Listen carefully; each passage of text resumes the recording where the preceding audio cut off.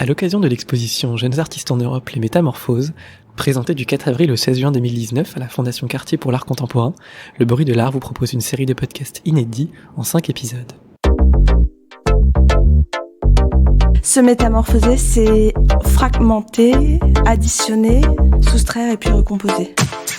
Nous sommes Florian Champagne et Victoria Le Bolloc-Salama et aujourd'hui, pour ce 3e épisode hors série, c'est la plasticienne française Marion Verboom qui nous reçoit dans son atelier situé dans le 20e arrondissement de Paris.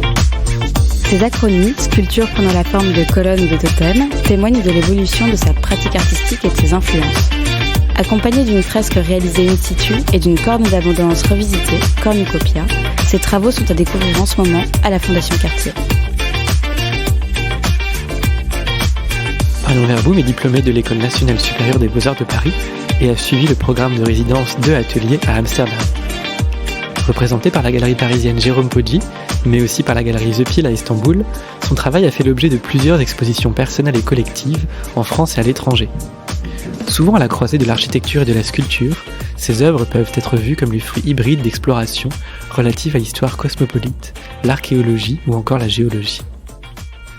Dans cet épisode, elle revient sur son parcours et ses voyages. Elle évoque également son intérêt pour les objets, ses trouvailles, qui l'inspirent. Enfin, elle revient sur la genèse des œuvres présentées à l'exposition Jeunes artistes en Europe, les Métamorphoses. Bonjour Marion. Bonjour. Bonjour Marion. En une phrase, comment est-ce que tu te présenterais à quelqu'un qui ne te connaît pas ?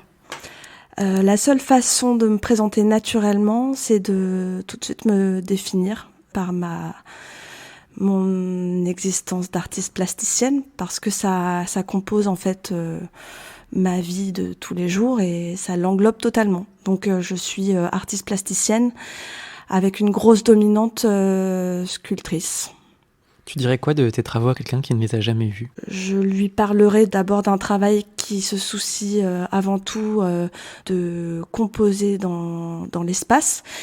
C'est un travail qui se forme parfois par le dessin, parfois par le volume. En tout cas, il s'agit d'agencer des volumes hétéroclites sur des axes, donc l'axe vertical, l'axe horizontal, et qui s'inspire de divers champs de recherche comme l'archéologie, l'anthropologie, la minéralogie, tout ce qui peut attiser ma curiosité, certains mystères, et puis c'est assez universel. Aujourd'hui, tu habites à Paris, mais tu as fait des études dans de multiples villes du monde. Tu as commencé par les arts décoratifs de Limoges, où tu as appris la tapisserie et la photographie, puis les beaux-arts de Toulouse. Tu as été ensuite à l'école du Bauhaus de Weimar, puis tu as intégré les beaux-arts de Paris, où tu as appris le moulage. Et enfin, tu as eu ton premier atelier personnel au Hunter College à New York, où tu as pu apprendre, entre autres, le travail du bois. Tu as fait également un certain nombre de résidences, comme aux Pays-Bas ou en Italie, où tu as pu faire de la céramique. Est-ce que ces villes dans lesquelles tu as vécu ont inspiré ta pratique ? Toutes ces villes dans lesquelles j'ai pu rester entre 6 mois et 2 ans, je les avais choisies avant d'y aller, parce que ça correspondait à des désirs artistiques, des choses que j'avais envie de rechercher, peut-être d'y trouver, et peut-être une sorte d'intuition de ces différentes urbanités et ces histoires, les histoires qui étaient rattachées. Donc New York, j'y étais parce que avant de me lancer véritablement dans la sculpture, j'avais une pratique du dessin très orientée et influencée par le minimalisme et l'art conceptuel, et l'urbanité et l'agencement de la ville, même de New York, faisait écho à certains dessins que j'avais déjà réalisés. Et par la suite, j'ai pu découvrir toutes les collections traînées dans les bibliothèques. Et donc, forcément, ça impacte véritablement le travail. Ensuite, la ville d'Amsterdam, j'y suis restée 2 ans. Elle a considérablement impacté mon travail parce que j'ai pu faire évoluer mon travail avec une pratique d'atelier orientée, avisée par des artistes plus âgés, plus reconnus, plus plein de bonnes intentions à l'égard de la jeune création. Donc ça a forcément, toutes ces rencontres en fait ont forcément impacté sur mon travail notamment de sculptrice. Et là-bas aussi, j'ai pu véritablement n'avoir aucun frein par rapport aux différences, aux différents matériaux, aux différentes techniques, et apprendre énormément. Et peut-être aussi, j'ai un nom de famille qui a toujours été un mystère. Quand j'étais petite, je ne savais pas d'où ça venait parce que je ne connais pas ma famille paternelle. Et ça a peut-être aussi un petit peu orienté mon choix d'aller vivre et de faire cette résidence à Amsterdam d'atelier pour découvrir que mon nom de famille veut dire à côté de l'arbre. Voilà. Du coup, là, tu parles de New York et Amsterdam. Est-ce que tu penses qu'il y a des endroits qui t'ont plus marqué que d'autres ? Alors, dernièrement, j'ai été pour un petit voyage à Mexico, et là, c'était quelque chose que j'avais longtemps fantasmé. La ville de Mexico ? La ville de Mexico et les trouvailles qui peuvent être faites dans les musées d'archéologie et sur le territoire d'Amérique latine. C'était fascinant, en fait, j'ai pu me confronter justement à une esthétique, à des restes d'urbanité téotihuacane et que j'avais pu apercevoir dans les catalogues, dans les expositions du Quai Branly, par des conversations avec des gens et qui m'avaient toujours fascinée pour leur rapport avec la façon dont la concrétion, la géométrisation des formes intervient même dans l'écriture et pas seulement que dans l'architecture ou la représentation anthropomorphique et zoomorphique, mais que étrangement en fait on peut corréler avec l'histoire du modernisme. Donc ça a été fascinant. Celle-ci m'a marquée et va continuer à le faire et j'espère bien y retourner. Tu viens d'employer le mot trouvaille. Est-ce que pour toi c'est quelque chose qui revient dans ton travail et qui est important ? Oui. En fait, pour moi, ça sert à rien de se lancer dans une production si à la base, elle n'est pas nourrie d'une forte intuition liée à une trouvaille et un rapport analogique entre plusieurs trouvailles. Et ça, c'est vrai que c'est le moteur fondamental au démarrage d'une œuvre. Parce que sans cette trouvaille, il y a cette excitation, cette recherche. On essaye presque de déchiffrer une énigme en croisant, en hybridant, en faisant muter, en transformant, en scindant, en coupant, enfin en faisant toutes sortes de gestes plastiques sur ces trouvailles. Et c'est là où ce qui m'intéresse, c'est de pouvoir générer en fait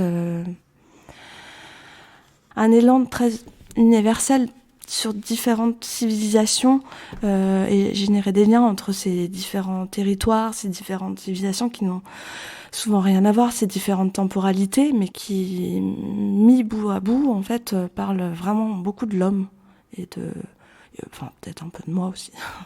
Et qu'est-ce qui constitue pour toi une trouvaille ? Une trouvaille, c'est comme un écho. Donc à des lectures, à des fascinations enfantines, à des contes. Par exemple, une représentation d'un animal étrange. Ça, pour moi, ça va être une trouvaille. Parce que ça va amener un bouillonnement dans mon imagination. Donc ça va générer en fait cet élan d'excitation. Et donc ce mot trouvaille, il est hautement personnel. Je me positionne pas comme une artiste qualifiée sur tous les plans. Justement, j'aime ne pas savoir et justement trouver. Et la connaissance, elle est stratifiée, elle se compose dans le temps. Et en fait, c'est ça la recherche de la création. Enfin, ma recherche, c'est pour ça que je fais ce que je fais, c'est que j'ai l'impression de grandir et de rencontrer, de faire des trouvailles, de connaître un petit peu plus le monde chaque jour. Donc Justement, tu dis que tu aimes bien apprendre. C'est ce qui t'a poussé et qui t'a donné envie d'être formée à autant de techniques à travers tous ces voyages, parce que tu as été du coup formée au moulage, à la photographie, mais aussi à des techniques qui sont plus proches de l'artisanat, comme la tapisserie ou la céramique. La tapisserie, c'est drôle parce que j'ai pas été jusqu'au bout. C'était vraiment le système mathématique de la tapisserie qui me fascinait, et ça, j'y ai été confrontée durant ma première année d'école d'art à Limoges. à Aubusson plus précisément. Et donc oui, je pense que c'est cette même excitation qui fait que je me suis dirigée vers ces différentes techniques. Une fois que je possède une connaissance, j'ai plus tellement envie d'y revenir. J'ai une orientation à vouloir toujours essayer des nouvelles trajectoires, dérouter un peu ce que je sais, y mettre un grain de sable pour faire que mon roulement, tout se passe moins bien, mais que je trouve un système pour l'amener autre part. Donc c'est toujours un peu en mutation tout ça, aussi bien donc sur mes trouvailles, enfin les rencontres que je fais dans l'histoire de l'art, les différentes histoires des formes, que dans l'histoire des techniques et des savoir-faire. Le cœur de ton travail, c'est vraiment la sculpture aujourd'hui. Parmi toutes les choses que tu as apprises et que tu connais, qu'est-ce qui a fait que tu t'es arrêtée sur la sculpture ? La sculpture, elle offre en fait la possibilité de toujours découvrir des nouveaux savoir-faire, comme je le disais tout à l'heure. Et donc pour moi, c'est déjà un champ de recherche hyper vaste. Et j'aimerais pouvoir avoir la capacité d'être un artiste pluridisciplinaire qui possède la faculté de créer une œuvre vidéo, sonore. Mais je suis déjà tellement préoccupée par l'espace, par le volume, par l'acquisition de savoir-faire, et ce qu'elle renvoie à une certaine territorialité, à un rapport avec le temps. Tout simplement, naturellement, j'y reste. Et j'ai une pratique complémentaire qui est le dessin. Mais qui sait, en fait, peut-être que je redéploierai mon travail plus tard vers la photographie. Et je suis une artiste assez spontanée, donc je fonce, en fait. Tu dirais que ton travail, il n'est pas nécessairement intellectuel, c'est plus un travail sensible ? Je sais pas ce que c'est être intellectuel. Enfin, pour moi, c'est très français de se poser la question, parce que de toute façon, à partir du moment où on se pose des questions, je pense qu'on est quand même un petit peu intellectuel. Mais ou alors si le travail est nourri de philosophie, de littérature, c'est le cas, mais jusqu'à un certain point. Ce qui est sûr, c'est que je m'en nourris, comme je peux, ce que j'en comprends, et avec les liens que j'arrive à faire et ce qui reste en fait dans ma mémoire. Donc c'est dans ce sens-là que je serais plutôt une artiste sensible, parce que ma curiosité, ma spontanéité ne me pousse pas à écrire des essais sur Georges Poulet, par exemple, même si j'aime beaucoup et je m'en nourris pour mon travail, mais voilà. Mais ce qui va, par exemple, te donner vraiment envie de travailler sur une œuvre, c'est quelque chose vraiment de l'ordre de l'idée ou quelque chose de l'ordre de la sensation ou du... C'est très étrange, parce que je vais lire, par exemple, un récit sur un animal, donc le catoblépa, qui va, dans cette lecture, ça va m'envoyer une certaine matérialité et une certaine psychologie de l'animal. À côté de ça, je vais découvrir une nouvelle matière, l'acétate, qui va invoquer une certaine sensation, mon propre corps, ma propre psychologie, ou une certaine observation du monde. En fait, ces deux concepts, ces deux réflexions et sensibilités vont se rejoindre. Je fonctionne en fait en m'abreuvant du monde. Et cette jointure que tu fais, est-ce qu'elle te semble évidente ou est-ce que c'est le fruit de réflexion ? C'est comme un ordinateur. Quand on rentre des données dans l'ordinateur, et à un moment, deux données issus de milliards enregistrés vont se rejoindre et générer comme une sorte de fusion. C'est une certaine magie, en fait, à un moment où il y a une sorte de conjonction des données. Et c'est à ce moment-là que la forme jaillit, mais elle jaillit pas. Il y a une certaine temps de réflexion, de recherche, d'analyse pour la mener jusqu'au bout.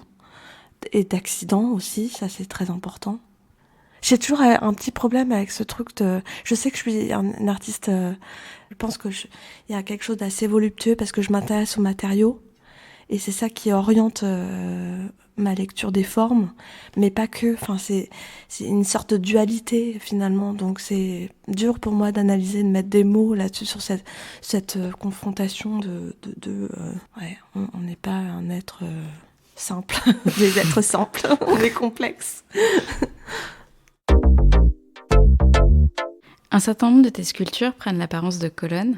Donc elles sont de hauteurs différentes et elles sont composées de strates qui sont moulées de formes multiples et qui prennent des couleurs aussi diverses et variées. Bien sûr, ces colonnes ne sont pas sans rappeler les colonnes sans fin de Brancusi.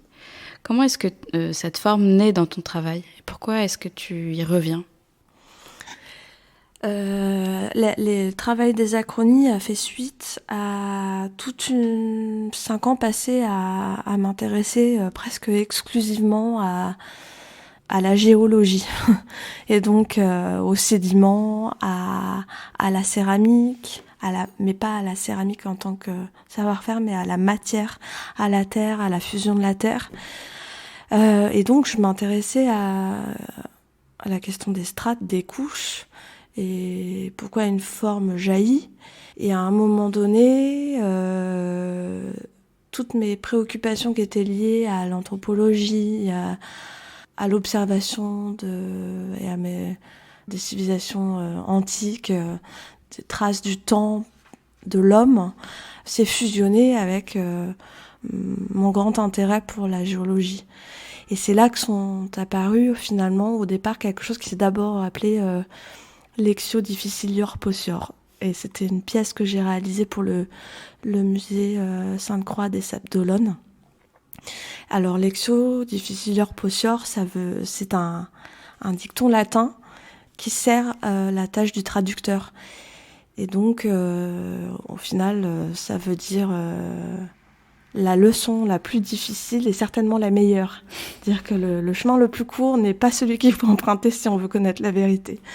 C'est l'adjonction de données et le fait de toutes les prendre en compte et de toutes les confronter et de toutes les analyser, d'en connaître le maximum sans en écarter aucune, qui est important. Et en fait, je trouvais que ça correspondait assez bien à mon évolution en tant qu'artiste. Parce que j'ai envie de grandir avec ma pratique.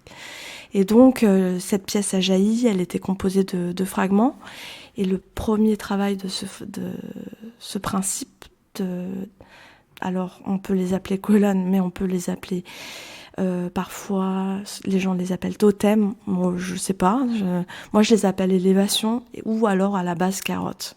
C'est vraiment des carottes géologiques. On peut aussi les appeler des phrases. Parce qu'au départ, aussi, la première influence, c'était l'alphabet maya. Enfin, mais en tout cas, sur tous ces objets, il s'agit d'objets qu'on prend en compte, qui mutent, qui évoluent, et qui mutent parce qu'on les met les uns sur les autres. Je garde le même principe avec les acronymes, mais j'accrois finalement mes données. Finalement, il s'agit d'une bibliothèque de moules qui grandit avec le temps. Et ce qui est bien pour moi, c'est que c'est un corpus qui n'est pas unique à ma pratique, mais qui en fait partie. Donc, ce qui me permet d'orienter mes recherches sur d'autres corpus. Finalement, en fait, ces carottes, on pourrait considérer que c'est des biographies à des stades différents de ce que tu fais, de ta pratique. Oui. C'est des résumés de tes avancées. Oui, alors c'est assez drôle parce que, par exemple, à la Fondation Cartier, je vais montrer d'anciens tirages de moules qui datent des acronies de la première étape qui s'est passée sur le territoire de la péninsule anatolienne pour une exposition à Istanbul dans la galerie The Pile. Et elle croise la seconde exposition qui s'est passée dans la galerie Jérôme Poggi, et donc là où j'avais plutôt examiné finalement le territoire de la péninsule ibérique. Finalement, c'est toujours des territoires de croisement. Et dernièrement, j'en ai fait 2 nouvelles pour incorporer sur ces anciens temps d'achronie. Et donc il s'agit de 3 temps présentés les uns avec les autres. Donc l'hybridation, l'intérêt pour l'histoire ou encore le rapport au temps sont autant de points qui lient les travaux présentés dans Jeunes artistes en Europe, les métamorphoses. Et on retrouve par ailleurs ces 3 points dans ton travail, tu viens de l'expliquer. Est-ce que tu peux décrire les œuvres que tu vas montrer dans l'exposition ?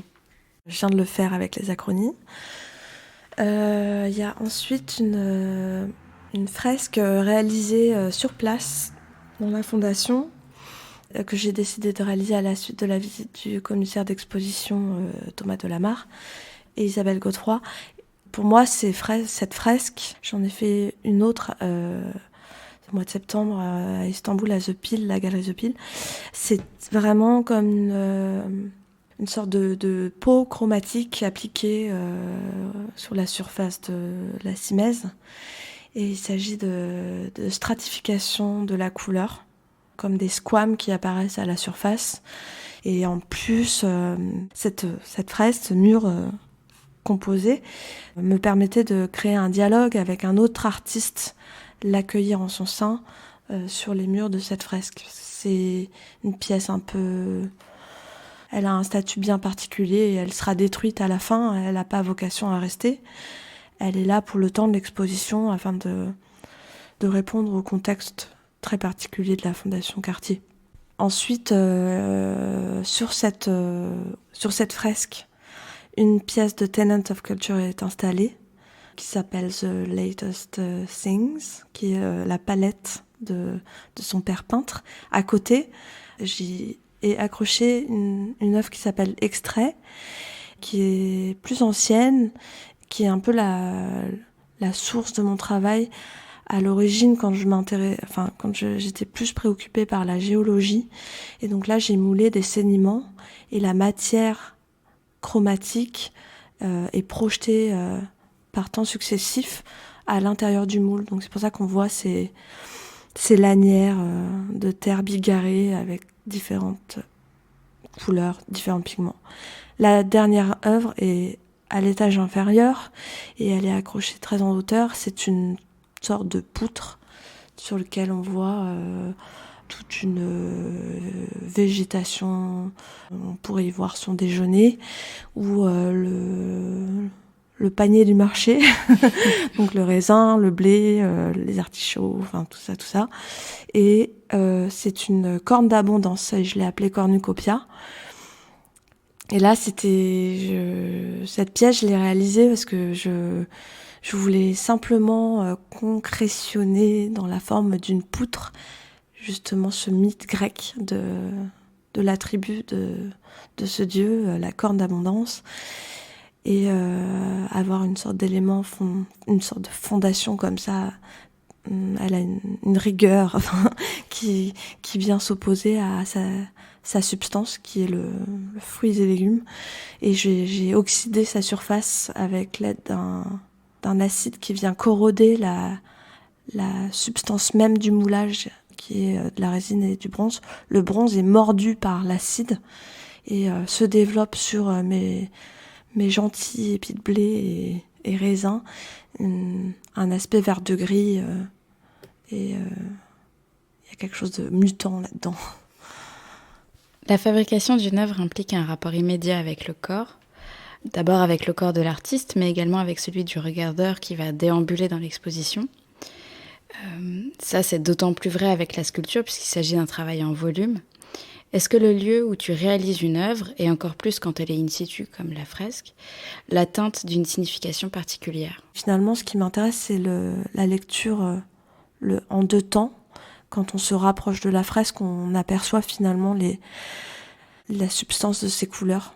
Donc la première couche adjointe de pigments dorés qui évolue avec la qualité de la lumière, qui apparaît ou disparaît avec la qualité de la lumière, et l'heure, si on arrive à 6h ou à 8h, c'est totalement différent. Dans ma matière, il y a 3 temps, il y a ce doré, la matière noire dans laquelle j'ai intégré des différents pigments qui font presque un peu référence à la période Memphis et Torres Sotsas. J'ai une vénération pour cette substance, la qualité chromatique de cette époque, et le vert. Et je me suis aussi inspirée de la palette du père de Tenant of Culture. En fait, ce qui m'intéressait dans son travail, c'était le rapport à l'épiderme, qu'on a forcément en travaillant le vêtement et en le recomposant.